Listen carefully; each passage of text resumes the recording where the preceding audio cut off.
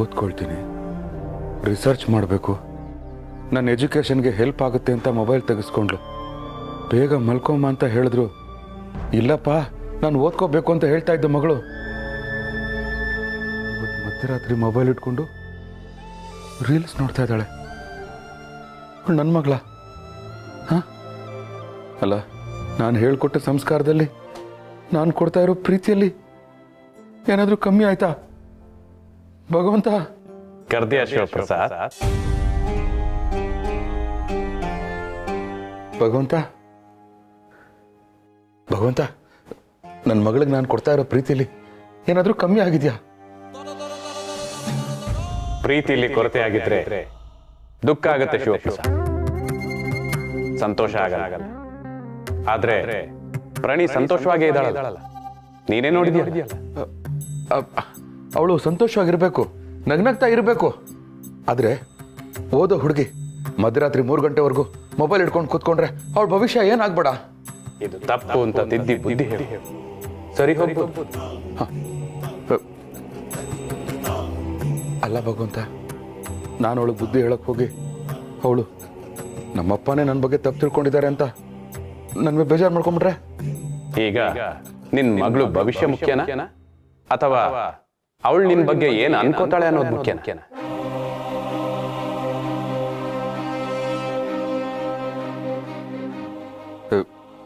ಇಲ್ಲ ಭಗವಂತ, ನಾನು ಕೆಟ್ಟಂದೆ ಅಂತ ಕರ್ಸ್ಕೊಂಡ್ರು ಪರವಾಗಿಲ್ಲ. ನನ್ನ ಮಗಳು ಚೆನ್ನಾಗಿರ್ಬೇಕು, ಅವಳು ಚೆನ್ನಾಗಿರ್ಬೇಕು ಅಂದ್ರೆ ಚೆನ್ನಾಗಿ ಓದಬೇಕು. ಆದ್ರೆ ಈ ಮೊಬೈಲಿಂದ ಎಲ್ಲಿ ಹಾಳಾಗ್ಬಿಡ್ತಾರೋ ಅಂತ ಭಯ ಆಗ್ತಾ ಇದೆ. ಶಿವಪ್ರಸಾದ್, ಮನುಷ್ಯರು ಮಾಡೋ ತಪ್ಪೇ ಇದು. ಯಾರಿಂದಲೂ ಹಾಳಾಗ್ತಾರೆ ಅನ್ನೋದು ನಿಜಾನೇ. ಆದರೆ ತುಂಡು ಮಾಡೋ ಪ್ರಕ್ರಿಯೆಯಲ್ಲಿ ಕತ್ತರಿಯದ್ದು ಎಷ್ಟು ಪಾಲಿರುತ್ತೋ ಅಷ್ಟೇ ಪಾಲು ಕತ್ತರಿಸಲು ಬಿಡುವ ಬಟ್ಟೆಯದ್ದೂ ಇರುತ್ತೆ. ಅರ್ಥ ಆಗ್ಲಿಲ್ಲ ಭಗವಂತ. ನೀನೊಂದು ಹಾಳೆಯನ್ನು ಕತ್ತರಿಸೋದಿಕ್ಕೆ ಶ್ರಮ ಪಡಬೇಕಾಗಿಲ್ಲ, ಬಟ್ಟೆಯನ್ನು ಕತ್ತರಿಸೋದಿಕ್ಕೆ ಸ್ವಲ್ಪ ಶ್ರಮ ಪಡಬೇಕಾಗುತ್ತೆ. ಆದ್ರೆ ನಿನಗೆ ಎಷ್ಟೇ ಪ್ರಯತ್ನ ಪಟ್ಟರು ಕಬ್ಬಿಣದ ಸರಳನ್ನು ಕತ್ತರಿಯಿಂದ ಕತ್ತರಿಸಲು ಸಾಧ್ಯವಿಲ್ಲ. ಇಲ್ಲಿ ಕತ್ತರಿ ತನ್ನ ಕೆಲಸವನ್ನು ನಿಷ್ಠೆಯಿಂದ ಮಾಡಿದರೂ ಕಬ್ಬಿಣದ ಸರಳು ತನ್ನನ್ನು ಕತ್ತರಿಸಲು ವಿರೋಧಿಸುತ್ತೆ. ಅಯ್ಯೋ ಭಗವಂತ, ನನ್ನ ಮಗಳ ಭವಿಷ್ಯದ ಬಗ್ಗೆ ಹೇಳು ಅಂದ್ರೆ ಕತ್ರಿ ಕಬ್ಬಣ ಅಂತ ಏನೇನೋ ಹೇಳ್ತಿದ್ದೆಲ್ಲ ಭಗವಂತ. ನಾನು ಏನೇನೋ ಹೇಳ್ತಿಲ್ಲ ಶಿವಪ್ರಸಾದ್. ನಿನ್ ಮನೆ ವಿಷಯ, ನಿನ್ ಮಗಳು ಭವಿಷ್ಯ ನನಗೆ ಬೇಕು ಭಗವಂತ. ಮಿಡ್ ನೈಟಲ್ಲಿ ಕಾಮಿಡಿ ಮಾಡ್ತಾ ಇದೆಯಲ್ಲ, ಪ್ಲೀಸ್ ನನ್ನ ಮಗಳ ಭವಿಷ್ಯ ಏನಾಗುತ್ತೆ ಅಂತ ಹೇಳು. ನಿನ್ ಮಗಳು ಭವಿಷ್ಯನ ನಿರ್ಧಾರ ಮಾಡೋದು ನಾನಲ್ಲ ಶಿವಪ್ರಸಾದ್, ಅವಳೇ. ಅವಳಂತರಾತ್ಮದಲ್ಲೂ 2 ಧ್ವನಿ ಇದೆ. ಒಂದು ಓದು ಅನ್ನುತ್ತೆ, ಇನ್ನೊಂದು ಮೊಬೈಲ್ ಬಳಸು ಅನ್ನತ್ತೆ. ಅವಳು ಯಾವುದಕ್ಕೆ ಮಣೆ ಹಾಕ್ತಾಳೋ ಅದರಂತೆ ಆಗ್ತಾಳೆ, ಅಷ್ಟೇ. ಏನೋ ಭಗವಂತ, ಈಗ ನಾನು ಹೋಗಿ ಹೇಳಿದ್ರೆ ಅವಳು ನನ್ನ ಬಗ್ಗೆ ಎಲ್ಲಿ ತಪ್ಪು ತಿಳ್ಕೊಳ್ತಾಳೋ ಅಂತ ಭಯ ಆಗ್ತಿದೆ. ನಿಮಗೊಂದು ವಿಷಯ ಗೊತ್ತಾ? ಮೊನ್ನೆ ಯಾವುದೋ ಮಗು ಅವ್ರ ಅಮ್ಮ ಮೊಬೈಲ್ ನೋಡಕ್ ಬಿಡ್ಲಿಲ್ಲ ಅಂತ ಸುಸೈಡ್ ಮಾಡ್ಕೊಂಡ್ಬಿಡ್ತಂತೆ. ಇಂಥ ವಿಷಯಗಳು ಹೆತ್ತವ್ರು ಕೇಳಿದ್ರೆ ಹೆದರಿಕೆ ಆಗಲ್ವಾ? ಸರಿ, ಹಾಗಾದ್ರೆ ಹೇಳ್ಬೇಡ ಶಿವಪ್ರಸಾದ್. ಹೇಳ್ದೆ ಹೋದ್ರೆ ಅವ್ರ ಭವಿಷ್ಯನ ಹಾಳು ಮಾಡ್ಕೋತಾರೆ. ಅದನ್ನು ನಾವೇ ತಾನೇ ನೋಡ್ಬೇಕು. ಪ್ಲೀಸ್ ಭಗವಂತ, ಹೇಗೆ ಹೇಳ್ಬೇಕು ಅಂತ ನೀನೇ ಹೇಳ್ಕೊಡು ಭಗವಂತ, ಪ್ಲೀಸ್ ಭಗವಂತ.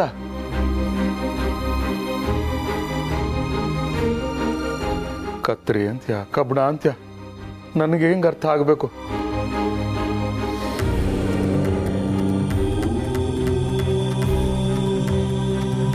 ಇಲ್ಲ, ನನ್ನ ಮಗಳು ಹಾಳಾಗೋದಕ್ಕೆ ನಾನು ಬಿಡಲ್ಲ.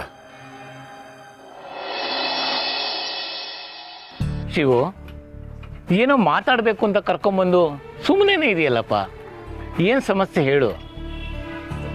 ಸರ್, ಆಫೀಸ್ ಕೆಲಸದಲ್ಲಿ ಅಷ್ಟೇ ಅಲ್ಲ, ಜೀವನದಲ್ಲೂ ನೀವು ತುಂಬ ಎಕ್ಸ್ಪೀರಿಯನ್ಸ್ ಇರೋರು. ನಂದು ಸಮಸ್ಯೆನ ಸಂಕಟನ ಅಂತ ನನಗೆ ಅರ್ಥ ಆಗ್ತಾ ಇಲ್ಲ. ನನಗನ್ಸಿದ್ದನ್ನು ನಾನು ಹೇಳ್ತೀನಿ ಸರ್, ನಿಮಗೇನನ್ಸುತ್ತೋ ತಾವು ಅದನ್ನು ಹೇಳಬೇಕು. ಶಿವು, ನಿನ್ನ ಮಗಳ ಬಗ್ಗೆ ಏನಾದ್ರು ಕೇಳೋದಿತ್ತೇನಪ್ಪ? ಸರ್, ಏನು ಸರ್ ಅಷ್ಟು ಸುಲಭವಾಗಿ ಹೇಳ್ಬಿಟ್ರಿ? ನಾನು 2 ಹೆಣ್ಮಕ್ಳು ತಂದೆ ಕಣಪ್ಪ. ಒಬ್ಬ ಅಪ್ಪನ ಸಂಕಟ ಇನ್ನೊಬ್ಬ ಅಪ್ಪನಿಗೆ ಅರ್ಥ ಆಗೋದಲ್ವಾ? ಹೇಳು ಸರ್, ಅದು ನಮ್ಮ ಪ್ರಣಿ ಗೊತ್ತಲ್ವಾ ನಿಮಗೆ? ಚಿಕ್ಕ ವಯಸ್ಸಾದರೂ ತುಂಬ ಪ್ರಬುದ್ಧತೆ ಇರೋ ಹುಡುಗಿ, ಒಳ್ಳೆ ಸಂಸ್ಕಾರ ಇರೋ ಹುಡುಗಿ. ಎಷ್ಟೋ ಸರಿ ಅವಳಿಗೆ ಅಷ್ಟೊಂದು ಒಳ್ಳೆ ಬುದ್ಧಿ ನಮ್ಮ ತಾಯಿಯಿಂದ ಬಂತ ಅಥವಾ ನನ್ನ ಹೆಂಡತಿಯಿಂದ ಬಂತ ಅಂತ ನನಗೆ ಆಶ್ಚರ್ಯ ಆಗ್ತಾ ಇರುತ್ತೆ. ಅಂತ ಒಳ್ಳೆ ಹೆಣ್ಮಗಳು. ನಮ್ಮ ಮನೇಲೂ ಅಷ್ಟೇ, ಅವಳಿಗೆ ಯಾವುದ್ರಲ್ಲೂ ಕಮ್ಮಿ ಮಾಡಿಲ್ಲ. ಇನ್ಫ್ಯಾಕ್ಟ್ ಅವಳು ಏನು ಕೇಳೋಕ್ ಮುಂಚೆನೆ ನಾನೇ ಅದನ್ನು ಅರ್ಥ ಮಾಡ್ಕೊಂಡು ಕೊಡಿಸ್ತೀನಿ. ಇರುವಾಗ ಮಕ್ಕಳ ಸ್ವಭಾವದಲ್ಲಿ ಇದ್ಕಿದ್ದಾಗೆ ಸ್ವಲ್ಪ ಏರ್ಪೇರಾದರೂ ನಮ್ಗೊಂಥರ ಸಂಕಟ ಆಗುತ್ತಲ್ವ ಸರ್? ಅದಕ್ಕೆ ನಿನ್ನ ಸಂಕಟ ಅರ್ಥ ಆಯಿತು ಶಿವು, ನಿನ್ನ ಸಮಸ್ಯೆನೂ ಅರ್ಥ ಆಯಿತು. ಶಿವು, ನಾವು ಮಕ್ಕಳನ್ನ ಎಷ್ಟು ಪ್ರೀತಿ ಮಾಡ್ತೀವಿ, ಅವ್ರು ಏನು ಕೇಳಿದ್ರು ಕೊಡಿಸ್ತೀವಿ. ಆದರೆ ಅದ್ರ ಜೊತೆಗೆ ಅವ್ರ ಜೀವನದಲ್ಲಿ ಏನು ನಡೀತಾ ಇದೆ ಅಂತ ನಾವು ತಿಳ್ಕೊಬೇಕಪ್ಪ. ಅವ್ರು ಯಾವ ಸ್ನೇಹ ಮಾಡ್ತಿದ್ದಾರೆ ಅಂತ ನಮಗೆ ಗೊತ್ತಿರಬೇಕು. ಯಾಕೆಂದರೆ ಸ್ನೇಹನೇ ಬೇರೆ, ಸಹವಾಸನೇ ಬೇರೆ. ಸ್ನೇಹದಲ್ಲಿ ದೋಷ ಇಲ್ಲ, ಆದರೆ ಸಹವಾಸದಲ್ಲಿ ದೋಷನೂ ಇರುತ್ತೆ, ದ್ವೇಷನೂ ಇರುತ್ತೆ. ಮಕ್ಕಳು ಅಂತಾನೆ ಅಲ್ಲ, ದೊಡ್ಡೋರು ಕೆಡೋದಕ್ಕೂ ಸಹವಾಸನೇ ಕಾರಣ. ಅಂದರೆ ನಮ್ಮ ಪ್ರಾಣಿ ಸಹವಾಸ ಸರಿ ಇಲ್ಲ ಅಂತ ನಿಮ್ಮ ಮಾತಿನ ಅರ್ಥ? ಅದೂ ಕಾರಣ ಇರ್ಬೋದು. ನಮ್ಮ ಕಾಲದಲ್ಲಿ ಮನೆಯಲ್ಲಿ 7-8 ಮಕ್ಕಳಿರ್ತಾ ಇದ್ರು. ಅಕ್ಕಪಕ್ಕದವ್ರಿರಲಿ, ದೂರದಲ್ಲಿರೋ ಅಂಗಡಿಯವನು ಕೂಡ ಇವನು ಇಂಥವ್ರ ಮಗನೇ, ಇವಳು ಇಂಥವ್ರ ಮಗಳೇ ಅಂತ ಗೊತ್ತಿರ್ತಾ ಇತ್ತು. ನಮಗೆ ತಪ್ಪು ಮಾಡೋಕ್ಕೆ ಅವಕಾಶ ಸಿಕ್ಕಿದ್ರು ಎಲ್ಲಿ ಅಪ್ಪ ಅಮ್ಮನಿಗೆ ಗೊತ್ತಾಗತ್ತೋ ಅನ್ನೋ ಭಯದಿಂದ ನಾವು ತಪ್ಪು ಮಾಡ್ತಾ ಇದ್ವಿ. ಅದೇ ಕಾರಣ ಏನು ಗೊತ್ತಾ? ಅಪ್ಪ ಅಮ್ಮ ಹೊರಗೆ ಹೋಗುವಾಗ ಮಕ್ಕಳನ್ನು ಜೊತೆಲಿ ಕರ್ಕೊಂಡು ಹೋಗ್ತಾ ಇದ್ರು, ಮಕ್ಕಳು ಅವ್ರ ಜೊತೆ ಗುರುತಿಸ್ಕೋತಾ ಇದ್ರು. ಹೌದು ಸರ್. ಆದರೆ ಈಗ ಅಪ್ಪ ಅಮ್ಮ ಮಕ್ಕಳನ್ನ ಕರ್ಕೊಂಡು ಹೋಗೋದಿರಲಿ, ಅಪ್ಪ ಅಮ್ಮನೇ ಹೊರಗೆ ಹೋಗೋದಿಲ್ಲ, ಎಲ್ಲ ಆನ್ಲೈನಿಂದ ಬಿದ್ದಿದ್ದಾರೆ. ಮೊಬೈಲಲ್ಲಿ ನೋಡೋದು, ಆರ್ಡರ್ ಮಾಡೋದು. ಹೀಗಿರುವಾಗ ಹೊರಗಿನ ಪ್ರಪಂಚ, ಸಂಬಂಧಗಳು, ಇದ್ರ ಬೆಲೆ ಎಲ್ಲ ಹೆಂಗೆ ಗೊತ್ತಾಗುತ್ತೆ? ಅದಕ್ಕೆ ನಾನು ಏನು ಹೇಳ್ತೀನಿ ಅಂದರೆ, ಬರೀ ಮಕ್ಕಳ ತಪ್ಪು ಕಂಡುಹಿಡಿಯೋಕ್ಕೋಸ್ಕರ ಅಲ್ಲ, ಮಕ್ಕಳ ಸೇಫ್ಟಿಗೋಸ್ಕರನಾದರೂ ನಮ್ಮ ಮಕ್ಕಳು ಯಾರು ಅಂತ ನೆರೆಹೊರೆಯವರಿಗೆ ಗೊತ್ತಿರಬೇಕು. ಅಷ್ಟೇ ಅಲ್ಲ, ಮಕ್ಕಳ ಬಗ್ಗೆ ನಮಗೂ ಗೊತ್ತಿರಬೇಕು. ಅವ್ರು ಯಾರನ್ನು ಭೇಟಿ ಮಾಡ್ತಾರೆ, ಎಲ್ಲಿ ಹೋಗ್ತಾರೆ, ಯಾರ ಜೊತೆ ತಿರುಗ್ತಾರೆ, ಅವ್ರ ಸ್ನೇಹಿತರು ಯಾರು, ಆ ಸ್ನೇಹಿತರ ಅಪ್ಪ ಅಮ್ಮ ಯಾರು, ಅವ್ರು ಒಳ್ಳೆ ಜನನ, ಇವೆಲ್ಲ ತಿಳ್ಕೋಬೇಕು ಶಿವು. ಯಾವಾಗ ಮಕ್ಕಳು ಅಪ್ಪ ಅಮ್ಮನಿಗೆ ಎದುರುತ್ರ ಕೊಡೋಕ್ಕೆ ಶುರು ಮಾಡ್ತಾರೋ, ಅಪ್ಪ ಅಮ್ಮನ ಅಸಡ್ಡೆಯಿಂದ ನೋಡೋಕ್ಕೆ ಶುರು ಮಾಡ್ತಾರೋ, ಆಗಲೇ ನಾವು ಅರ್ಥ ಮಾಡ್ಕೋಬೇಕು ಮಕ್ಕಳು ಕೈ ಮೀರಿ ಹೋಗ್ತಾ ಇದ್ದಾರೆ ಅಂತ. ಹಾಗಂತ ಮಕ್ಕಳನ್ನ ಗದರಬಾರ್ದು, ಅವ್ರನ್ನ ಪ್ರೀತಿಯಿಂದ ನಮ್ಮ ಹತ್ರ ಕರ್ಕೋಬೇಕು. ಮಕ್ಕಳು ನಮ್ಮ ಕಣ್ಗಾವಲಿನಲ್ಲಿದ್ರೇನೆ ಚಂದ. ಆದರೆ ಏನು ಮಾಡೋದು ಶಿವು, ಈ ಕಾಲದಲ್ಲಿ ಅಪ್ಪ ಅಮ್ಮನಿಂದ ಹಿಡಿದು ಮಕ್ಕಳವರೆಗೂ ಎಲ್ಲರೂ ಮೊಬೈಲ್ನಲ್ಲೇ ಮುಳುಗೋಗಿರ್ತಾರೆ. ಹೌದು ಸರ್, ಕರೆಕ್ಟಾಗಿ ಹೇಳಿದ್ರಿ. ಈ ಮೊಬೈಲ್ ಬಂದಮೇಲೆ ಎಲ್ಲ ಹಾಳಾಗಿರೋದು. Thank you so much sir. ಇವತ್ತಿಂದ ನೀವು ಹೇಳಿದಾಗೆ ಮಾಡ್ತೀನಿ. ಗುಡ್, ಒಳ್ಳೆಯದಾಗಲಿ.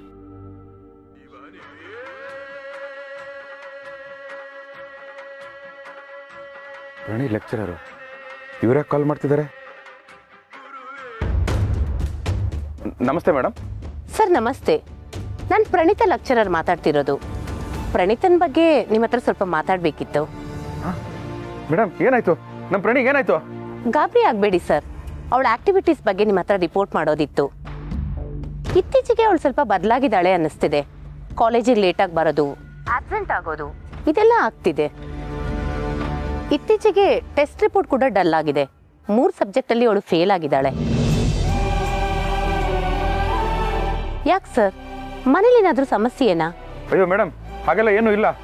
ಯಾವ ಸಮಸ್ಯೆನೂ ಬರಬಾರ್ದು ಅಂತ ತಾನೆ ನಾವು ಹಗಲು ರಾತ್ರಿ ಕಷ್ಟಪಟ್ಟು ದುಡಿಯೋದು. ಹೀಗಿರುವಾಗ ಇದಕ್ಕಿದ್ದಾಗೆ ಈ ಥರ ಸುದ್ದಿ ಬಂದರೆ ನಮ್ಗೆಷ್ಟು ನೋವಾಗಲ್ಲ, ನೀವೇ ಹೇಳಿ. ನಮಗೂ ಶಾಕ್ ಆಯ್ತು ಸರ್. ಯಾರ ತಂಟೆಗೂ ಹೋಗದೆ ತಾನಾಯ್ತು, ತನ್ನ ಓದಾಯ್ತು ಅಂತ ರ್ಯಾಂಕ್ ಬರ್ತಿದ್ದ ಹುಡುಗಿ ಸಡನ್ ಆಗಿ ಈ ಮಟ್ಟಕ್ಕೆ ಬದಲಾಗಿದ್ದಾಳೆ ಅಂದರೆ ಮನೇಲಿ ಏನೋ ಸಮಸ್ಯೆ ಇದೆ ಅಂತ ಅನ್ನಿಸ್ತು. ಅದಕ್ಕೆ ಫೋನ್ ಮಾಡಿದೆ. ಅದೇನೇ ಸಮಸ್ಯೆ ಇದ್ರೂ ಆದಷ್ಟು ಬೇಗ ಬಗೆಹರಿಸ್ಕೊಳ್ಳಿ ಸರ್. ಆಯಿತು ಮೇಡಮ್, ಅದೇನು ಅಂತ ನಾನು ನೋಡ್ತೀನಿ. Thank you. ಅಯ್ಯೋ ಭಗವಂತ, ನಾನಿಷ್ಟೆಲ್ಲ ಕಷ್ಟಪಡ್ತಾ ಇರೋದೆ ನಮ್ಮ ಮಕ್ಕಳ ಜೀವನಕ್ಕೋಸ್ಕರ. ಅವರೇ ಹಾದಿ ತಪ್ಪಿಟ್ರೆ ನಾನೇನು ಮಾಡಲಿ?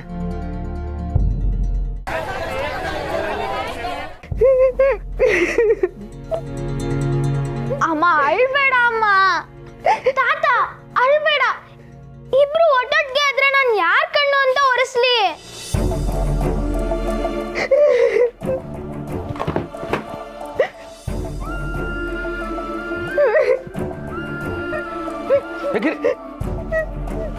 ಏಯ್ ಇದೇನಿದು ಇಬ್ರು ಒಟ್ಟೊಟ್ಟಿಗೆ ಹೇಳ್ತಾ ಇದ್ದೀರಾ ಏನಾಯ್ತು ಪ್ರಣಿ ಹ? ಪ್ರಣಿ ಓ ಪ್ರಣಿ ಲೆಕ್ಚರರ್ ಫೋನ್ ಮಾಡಿದ್ರಾ ಅಯ್ಯೋ ನಾನು ಇನ್ನೇನೋ ಅನ್ಕೊಂಡೆ ಗಿರಿ ಎಕ್ಸಾಮ್ ಅಂದ್ಮೇಲೆ ಫೇಲು ಪಾಸು ಇದ್ದೇ ಇರುತ್ತೆ ಏನೋ ಈ ಸರಿ ಸರಿಯಾಗಿ ಓದಿಲ್ಲ ಅನ್ಸುತ್ತೆ ನೆಕ್ಸ್ಟ್ ಟೈಮ್ ಚೆನ್ನಾಗಿ ಮಾಡ್ತಾಳೆ ಬಿಡು ಅದಕ್ಕೆ ಯಾಕೆ ಹಿಂಗೆ ಅಳ್ತಾ ಕೂತಿದ್ದೀರಾ ಅಪ್ಪ ಅದಲ್ಲ. ಮತ್ ನೀನೇನೋ ಮಾಡಿರ್ಚ ಏನೋ ಮಾಡಿದೆ ಇರಪ್ಪ ನೋಡಿಲಿ ಅಕ್ಕನ ಫೋಟೋನ ಹೇಗ್ ಮಾಡಿದ್ದಾರೆ ಅಂತ.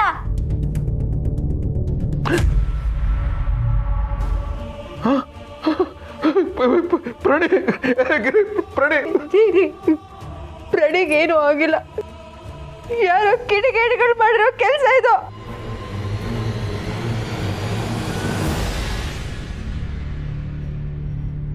ಏಯ್ ಪ್ರಣಿ ಅಲ್ಲ ರೂಮಲ್ಲಿ ಇದ್ದಾಳೆ.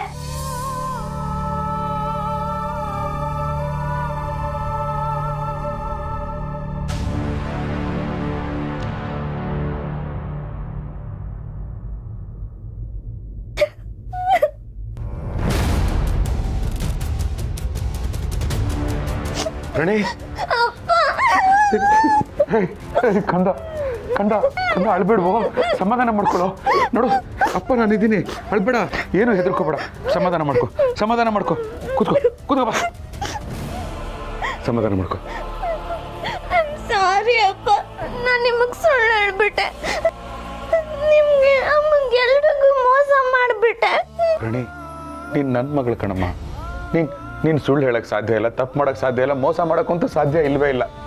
ನೋಡು ಅದ್ಯಾವುದೋ ಫೋಟೋ ನೋಡಿ ನನಗೆ ಗಾಬರಿ ಆಗೋಯ್ತು. ನೀನ್ ಸಮಾಧಾನ ಮಾಡ್ಕೊ, ಮೊದಲು ಸಮಾಧಾನ ಮಾಡ್ಕೊಂಡು ನಿಧಾನವಾಗಿ ವಿವರವಾಗಿ ಹೇಳು ಏನಾಯ್ತು ಅಂತ. ಅದೇ ಅಪ್ಪ, ನನ್ನ ಮನೆಗೆ ಶ್ರುತಿ ಅಂತ ಒಬ್ಳು ಫ್ರೆಂಡ್ ಬರ್ತಿದ್ಲಲ್ಲ, ಅವಳು ನನ್ನ ತಲೆ ಎಲ್ಲ ಕೆಡಿಸ್ತಿದ್ಲು. ಜಾಸ್ತಿ ಓದಕ್ ಹೋಗ್ಬಾರ್ದು, ಅದರಿಂದ ಏನು ಪ್ರಯೋಜನ ಇಲ್ಲ, ಲೈಫ್ನ ಎಂಜಾಯ್ ಮಾಡಬೇಕು ಅಂತೆಲ್ಲ ಹೇಳ್ತಿದ್ಲು. ಮನೇಲಿ ಅಪ್ಪ ಅಮ್ಮಂಗೆ ಸುಳ್ಳು ಹೇಳೋದು ಹೆಂಗೆ, ಅವ್ರಿಗೆ ಯಾವ ಮಾಡ್ತಿ ಕಾಲೇಜ್ಗಂತ ಹೋಗಿ ಹೆಂಗ್ ಬಂಕ್ ಮಾಡೋದು ಅಂತೆಲ್ಲ ಅವಳೇ ಹೇಳ್ಕೊಟ್ಟಿದ್ದು. ನಿಮ್ಗೆ ಮೊಬೈಲ್ ಕೇಳು ಅಂತನೂ ಅವಳೇ ನನಗೆ ಹೇಳ್ಕೊಟ್ಟಿದ್ದು. ಅವಳು ಅವಾಗ ಹೇಳಿದಾಗ ನನಗೆಲ್ಲ ಚೆನ್ನಾಗೇ ಅನಿಸ್ತಿತ್ತು, ನನಗೇನು ಗೊತ್ತಿರ್ಲಿಲ್ಲ, ಅದಕ್ಕೆ ಅವಳು ಹೇಳ್ದಾಗೆಲ್ಲ ಮಾಡ್ತಿದ್ದೆ. ಆದ್ರೆ ಎಕ್ಸಾಮಲ್ಲಿ ಫೇಲ್ ಆದಾಗಲೇ ಗೊತ್ತಾಗಿದ್ದು ನಾನು ತಪ್ಪು ಮಾಡಿಬಿಟ್ಟೆ ಅಂತ. ಅದಕ್ಕೆ ಅವಳನ್ನ ಅವಾಯ್ಡ್ ಮಾಡೋಕ್ಕೆ ಶುರು ಮಾಡಿದೆ.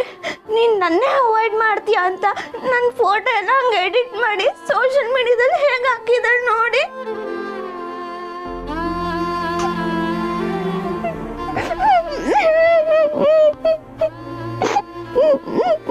ಸಮಾಧಾನ ಮಾಡ್ಕೊ, ಅಳ್ಬೇಡ ಸುಮ್ಮನೆ ಇರೋ. ನೋಡು ಇದ್ರ ನಿಂದ ಏನು ತಪ್ಪಿಲ್ಲ, ಹೋಗ್ಲಿ ಬಿಡು, ಹಾಗಿದ್ದಾಗೋಯ್ತು. ನೋಡಿ ಅವರ ಪೇರೆಂಟ್ಸಿಗೆ ಫೋನ್ ಮಾಡು, ನಾನು ಮಾತಾಡ್ತೀನಿ.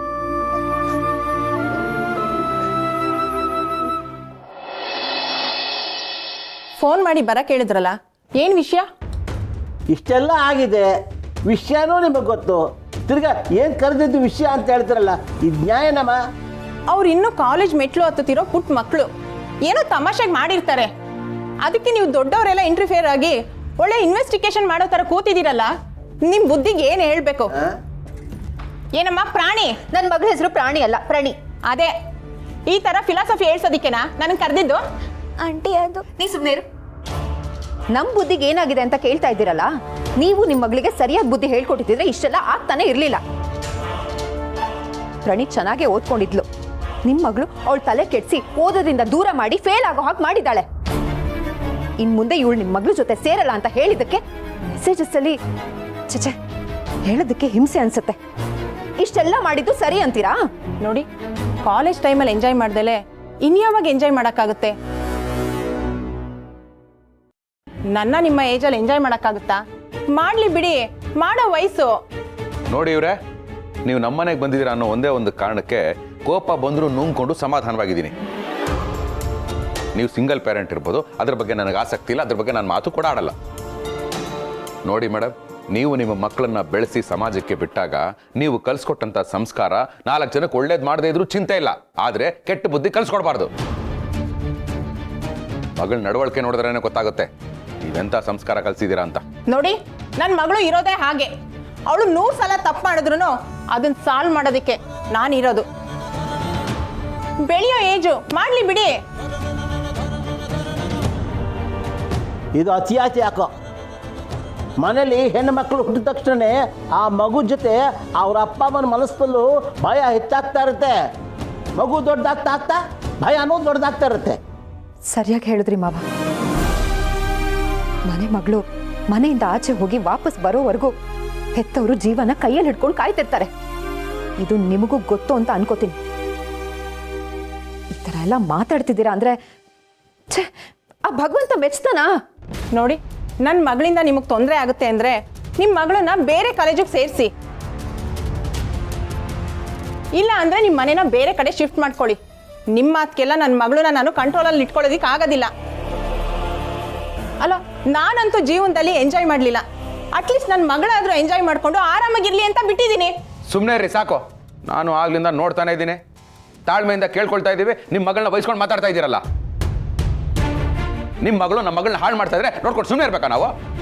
ನಿಮ್ಮ ಮಗಳನ್ನ ಹದ್ಬಸ್ತಲ್ಲಿ ಇಟ್ಕೊಳ್ಳೋದು ನಿಮ್ಮ ಕರ್ತವ್ಯ. ನೋಡಿಮ್ಮ, ನಿಮ್ಮ ಮಗಳು ಹೇಗೆ ಬೆಳೆದ್ರು ನಿಮಗೆ ನಡಿಬಹುದು, ಆದರೆ ನಮಗೆ ಹಾಗಲ್ಲ.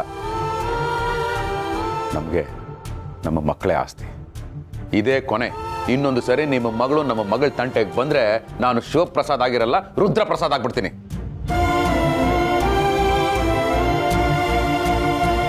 ತಾವೇನು ಹೊಡ್ಬೋದು.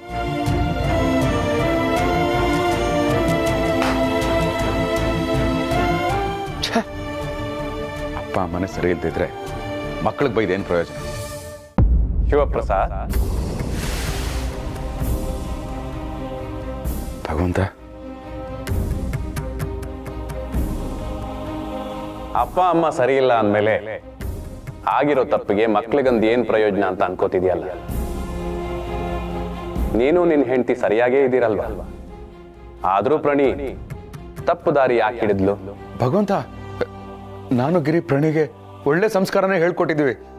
ಅವಳು ತಪ್ಪು ಮಾಡಿರೋದು ಅವಳ ಯಾರೋ ಶ್ರುತಿ ಸಹವಾಸದಿಂದ. ಹೆತ್ತವರು ಹೇಳ್ಕೊಡೋ ಸಂಸ್ಕಾರಕ್ಕಿಂತ ಸ್ನೇಹಿತರ ಸಹವಾಸವೇ ದೊಡ್ಡದು ಅಂತ ಒಪ್ಕೋತೀಯ? ಒಪ್ಕೊಳ್ಳೋಕೆ ಹೇಗೆ ಸಾಧ್ಯ ಭಗವಂತ? ಆಗಲ್ಲ. ನಾವು ನಮ್ಮ ಮಕ್ಕಳಿಗೆ ಎಲ್ಲ ಕಲ್ಸ್ಕೊಟ್ಟಿದ್ದೀವಿ, ಎಲ್ಲ ಹೇಳ್ಕೊಟ್ಟಿದ್ದೀವಿ ಅಂತ ಅನ್ಕೊಳ್ತೀವಿ. ಆದ್ರೆ ಶಿವಪ್ರಸಾದ್, ಮಕ್ಕಳು ತಪ್ಪು ಮಾಡೋದಕ್ಕೆ ಹೆತ್ತವರು ಮಾತ್ರ ಕಾರಣರಲ್ಲ. ಇದಕ್ಕೆ ನೀವೇ ಉದಾಹರಣೆ. ಪ್ರಣಿಗೆ ಉತ್ತಮ ಸಂಸ್ಕಾರ, ಉತ್ತಮ ವಿದ್ಯೆ ಕೊಟ್ಟರೂ ಕೂಡ ಆಕೆಯ ಮನಸ್ಸು ಹೊಸತನಕ್ಕೆ ಹಾತೊರೆದು ಹೊರ ಜಗತ್ತನ್ನು ನೋಡುವ ಕುತೂಹಲ ಹೆಚ್ಚಾಯ್ತು. ಆ ಕುತೂಹಲವೇ ಇದೆಲ್ಲ ತಪ್ಪಿಗೆ ಕಾರಣ.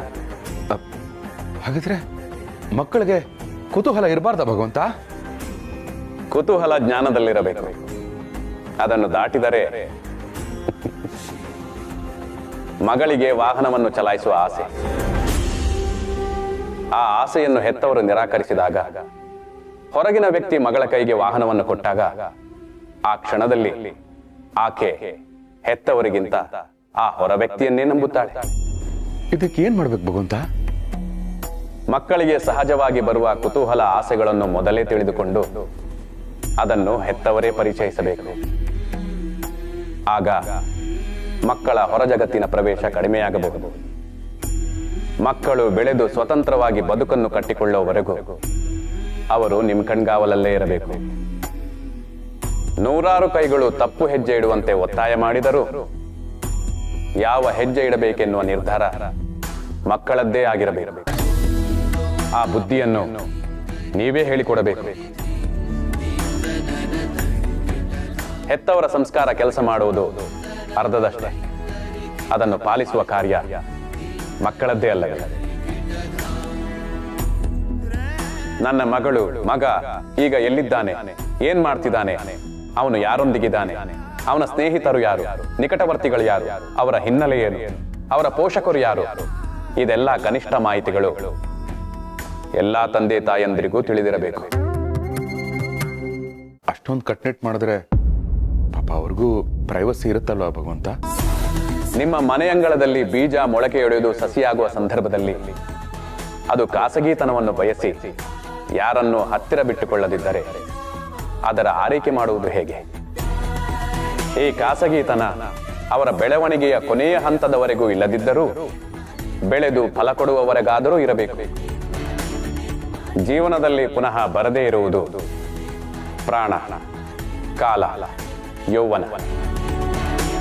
ಬಂದು ಹೋಗುವುದು ಆಸ್ತಿ, ಕಷ್ಟ, ರೋಗ.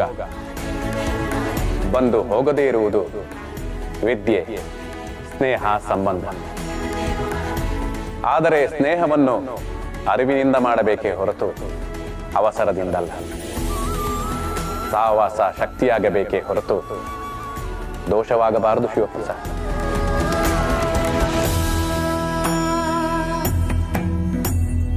ಭಗವಂತ, ರೀ ಸಾಕು ಬಿಡ್ರಿ. ನೀವು ಅವತ್ತು ಹೇಳಿದಾಗ ನಾನು ಅರ್ಥ ಮಾಡ್ಕೊಳ್ಳಿಲ್ಲ. ಇವತ್ತು ನನ್ನ ತಪ್ಪೇನು ಅಂತ ಅರ್ಥ ಆಗಿದೆ. ಪ್ರಣಿ, ಸಮಸ್ಯೆನ ಮಕ್ಕಳು ನೋಡೋದಕ್ಕೂ ತಂದೆ ತಾಯಿ ನೋಡೋದಕ್ಕೂ ವ್ಯತ್ಯಾಸ ಇದೆಮ್ಮ. ಸಮಸ್ಯೆ ಆದಾಗ ತಾಯಿ ಕ್ಷಮಿಸೋ ಮನಸ್ಥಿತಿಲಿರ್ತಾಳೆ, ತಂದೆ ತಿದ್ದೋ ಮನಸ್ಥಿತಿಲಿರ್ತಾನೆ. ಇದನ್ನು ಅರ್ಥ ಮಾಡ್ಕೋಬೇಕಮ್ಮ. ಸಾರಿ ಅಪ್ಪ.